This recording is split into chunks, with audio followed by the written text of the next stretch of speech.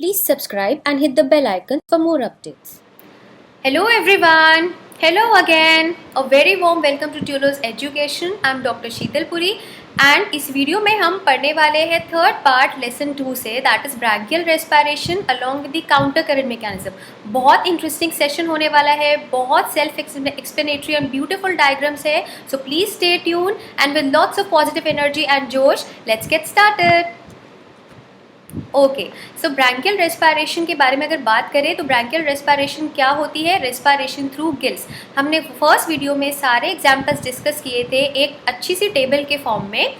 तो most classic examples हैं आपके कि फिशेस में होगी, मोस्ट ऑफ द फिशेस में होगी और टेडपोल लार्वा ऑफ फ्रॉग में होगी branchial respiration. Alright, gills are protected under gill covers. ये गिल्स जो हैं वो गिल कवर से प्रोटेक्टेड रहते हैं, जिसको हम क्या बोल रहे हैं? ऑपरक्यूलम बोल रहे हैं। और कहाँ पे होते हैं? फैरिंग्स के दोनों साइड्स पर। मैं डायग्राम भी दिखाती हूँ तो बहुत अच्छे से पता चल जाएगा।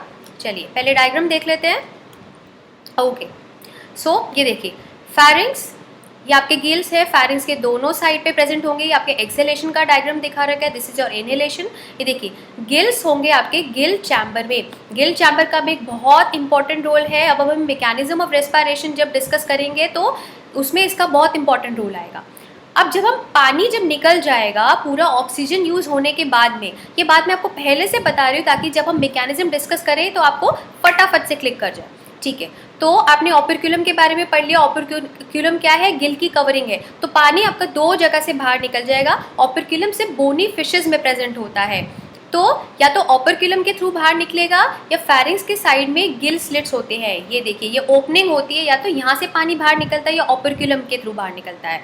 ऑलराइट, ग्रेट, समझने में आसानी हो जाएगी। चलिए, so gills are protected under gill cover, जिसको हम ऑपरक्यूलम बोल रहे हैं, on both the sides of the pharynx in bony fishes. सिर्फ बोनी फिशेस में होता है ऑपरक्यूलम। एनिमल किंगडम जब पढ़ेंगे तो और क्लियर हो जाएगा। ऑलराइट, फिलहाल मैकेनिज्म ऑफ रेस्पिरेशन हम पढ़ते हैं, इसको स्टेप्स के फॉर्म में मैंने समराइज कर दिया है। हम थोड़े थोड़े इंपॉर्टेंट फॉर्म भी इंपॉर्टेंट चीज़ें भी डिस्कस करेंगे एक्वेटिक रेस्पिरेशन के बारे में। सबसे पहली बात मैं यहाँ पे डिस्कस करती हूँ कि एक्वेटिक रेस्पिरेशन में जितने भी ऑर्गेनिजम्स होते हैं, जितने भी फिशेस का हम एग्जाम्पल ले रहे हैं, वो वेंटिलेशन क्या करती है? बहुत हाई रेट पे करती है, बहुत हाई रेट पे ब्रीथ करती है। करना पड़ता है दो फैक्टर्स की वजह से। सबसे पहली बात, आपकी पानी में जितनी ऑक्सीजन की कॉन्सेंट्रेशन है वो कम होती है, 20 टाइम्स कम होगी अगर हम एयर से कंपेयर करेंगे। तो इसीलिए ऑक्सीजन की रिक्वायरमेंट मीट करने के लिए fishes have to breathe at a higher rate. Alright, दूसरी बात ये होती है कि जो गैसेस एक्सचेंज की जो एफिशिएंसी होती है वो वाटर में 10,000 टाइम्स कम हो जाती है। इसीलिए गिल्स को बहुत बहुत एफिशिएंट होना पड़ता है, राइट। गिल्स इसीलिए जो भी एक्वेटिक ऑर्गेनिजम्स है वो गिल्स के थ्रू रिस्पायर करेंगे, और गिल्स क्यों इतने एफिशिएंट है वो भी हम डिस्कस करेंगे। ऑलराइट, सो दोनों बातें समझ में आ गई। पहली बात तो डिफ्यूजन रेट आपका 10,000 टाइम्स लेस है गैसेस का। दूसरी बात, ऑक्सीजन कम है पानी में, 20 टाइम्स कम है, इसलिए एक्वेटिक ऑर्गेनिजम्स जल्दी ब्रीथ करते हैं, ज़्यादा तेज़ी से ब्रीथ करते हैं। ओके, चलिए मैकेनिज्म ऑफ रेस्पिरेशन पढ़ते हैं स्टेप्स के फॉर्म में। चाहे तो आप स्क्रीनशॉट भी ले सकते हैं इसका, ताकि आपको नोट्स बनाने में आसानी हो। ऑलराइट, हमने डिस्कस किया था ऑपरक्यूलम के थ्रू पानी निकलेगा, या थ्रोट के साइड में जो ओपनिंग है जिसको हम गिल स्लिट्स बोल रहे हैं उसके थ्रू पानी निकलेगा। तो अगर पानी अंदर लेना है इनहेलेशन के वक्त में तो सबसे पहले ऑपरक्यूलम को क्लोज करना पड़ेगा, राइट। तो सब पहला स्टेप क्या है? Closure of operculum. इसके साथ साथ में एनलार्जमेंट, माउथ कैविटी एनलार्ज करती है, क्योंकि हम पढ़ते आए हैं pressure is inversely proportional to volume, right. Pressure is inversely proportional to volume. तो एनलार्ज जब होगी माउथ कैविटी, उसका वॉल्यूम बढ़ेगा, प्रेशर कम होगा, तो पानी बाहर से माउथ कैविटी में अंदर आएगा, right. So second step is water is drawn in. Simultaneously हमने डायग्राम में देखे गिल चैम्बर्स, ओके, डिस्कस किया था कि गिल चैम्बर्स का इंपॉर्टेंट रोल है। क्या होगा? माउथ कॉन्ट्रैक्ट किया है तो गिल चैम्बर्स में भी तो प्रेशर घटाना ज़रूरी है, तो वहाँ पे भी क्योंकि पानी भेजना है, तो इसलिए गिल चैम्बर्स भी आपके एनलार्ज होने लगते हैं, वॉल्यूम बढ़ने लगती है, ताकि प्रेशर वहाँ पे कम हो जाए और पानी जो है माउथ कैविटी से गिल चैम्बर्स में चला जाए। ग्रेट, फोर्थ पॉइंट डिस्कस करते हैं, यही है lower pressure in gill chamber will cause the water to flow over the gills. ठीक है। अभी हमने पढ़ा कि ब्रीथ हाई रेट पे करती है, पूरा की पूरा पानी उनको जल्दी जल्दी गिल्स के ऊपर भेजना है फिशेस को। तो क्या सिर्फ इतना प्रेशर काफ़ी होगा? नहीं। तो आगे के स्टेप्स हम देखते हैं क्या होने वाला है। माउथ कैविटी को कॉन्ट्रैक्ट करना पड़ेगा ताकि वो गिल्स के ऊपर पानी फोर्स कर पाए। तो माउथ कैविटी आपकी कॉन्ट्रैक्ट करेगी फिशेज में, लेकिन क्या होगा कि ताकि पानी बाहर वापस ना चला जाए, माउथ के थ्रू ताकि पानी वापस ना चला जाए, ओरल वॉल्स भी क्लोज हो जाती है। Alright, preventing the back flow of water. अब 6 point is water in the mouth is forced over the gills. Right, mouth का कैविटी कॉन्ट्रैक्ट करी तो पानी क्या होगा, तेजी से फोर्स कर दिया जाएगा गिल्स के ऊपर। ग्रेट। अब ये सारा इनहेलेशन का प्रोसेस हो गया। एक्सेलेशन किसके थ्रू होगी? गिल्स चैम्बर के ऊपर। जैसे ही रेस्पिरेशन हो गई, गैसेस एक्सचेंज हो गया, वो हम अभी एक और डायग्राम की मदद से समझेंगे गिल्स इतने एफिशिएंट क्यों है, किस स्ट्रक्चर की वजह से इतने एफिशिएंट है, छोटा सा डिस्कशन करेंगे। ऑलराइट, तब जब पूरी की पूरी ऑक्सीजन पानी में से एक्सचेंज हो गई, ले ली गई, तो क्या होता है, गिल चैम्बर्स कॉन्ट्रैक्ट करते हैं और पानी को कहाँ से बाहर निकालेंगे? Through the openings in the side of the throat और through the operculum. Alright, great. Understanding, likes में कोई कमी नहीं होनी चाहिए। ओके, ये डायग्राम समझ में आ गया अभी। फैरिंग्स का, गिल्स इन गिल चैम्बर्स का, पानी कहाँ से बाहर जा रहा है? देखिए, ऑपर्क्यूलम से और थ्रोट में ओपनिंग्स है उनकी वजह से। Okay, great. Structure of gills देखने से पहले हम एक बहुत सेल्फ एक्सप्लेनेटरी डायग्राम देख लेते हैं, जिसकी वजह से आपको गिल्स का स्ट्रक्चर बहुत आसानी से समझ में आ जाएगा। Okay, great. ये देखिए कितना सेल्फ एक्सप्लेनेटरी, कितना ब्यूटीफुल डायग्राम है। यहाँ पे नोट कीजिए, नोट करने वाली बात क्या है।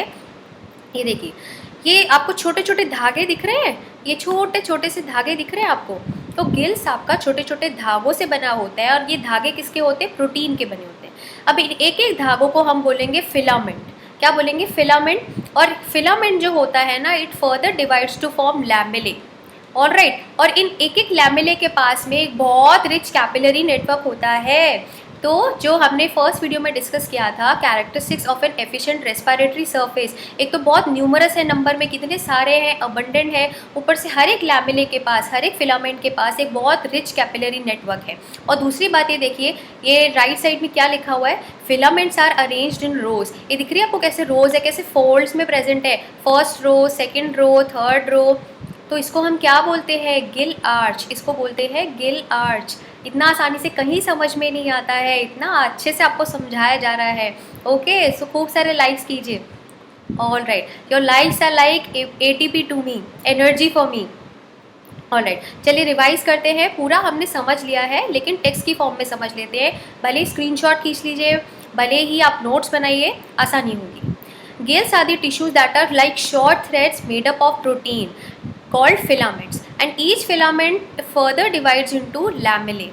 Lamellae contains a dense thin capillary network that expose a large gas exchange surface area to very large volumes of water passing over them. इतना सारा पानी जो चाहिए, तो दो फैक्टर्स की वजह से आपका फुलफिल हो जाता है। Great, enjoying. ऑल राइट, आगे बढ़िए। अब ये मैंने आपको क्या समझाया है, ये देखिए, ये आपके फोल्ड्स में प्रेजेंट है, रोज में प्रेजेंट है। तो एक बहुत एफिशिएंट मैकेनिज्म जो है अपनाया जाता है गिल्स में, उसको और एफिशिएंट बनाने के लिए, कॉल्ड काउंटर करंट मैकेनिज्म। ठीक है, इस पे आपका क्वेश्चन कई बार आया भी होगा, आपने नोट किया भी होगा कि काउंटर करंट मैकेनिज्म की वजह से एफिशिएंसी कैसे बढ़ जाती है। मैं आपको बहुत अच्छे से एक्सप्लेन करने वाली हूँ। सबसे पहले तो काउंटर करंट का मतलब क्या है? काउंटर करंट का मतलब है अपोजिट फ्लो। अब क्या होता है, इनमें फिलामेंट्स में ब्लड और वाटर अपोजिट डायरेक्शंस में रहेंगे, सेम डायरेक्शन में नहीं, अपोजिट डायरेक्शन में। अब इसका फ़ायदा क्या है हम समझते हैं। ठीक है, ऑलराइट। अब ये देखिए, वाटर आपका इस डायरेक्शन में फ्लो कर रहा है। ये मैंने दिखाया है कि अगर सेम डायरेक्शन में फ्लो करेगा तो क्या होगा।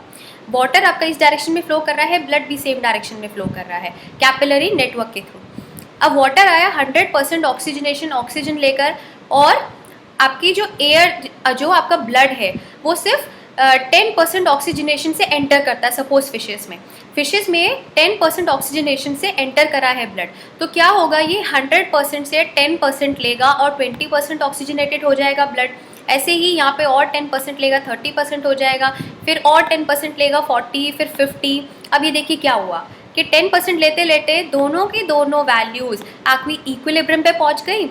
राइट। अब तो डिफ्यूजन खत्म, एक्सचेंज खत्म, ग्रेट, इक्विलिब्रियम रीच हो गया, तो एक्सचेंज जो है रुक जाता है।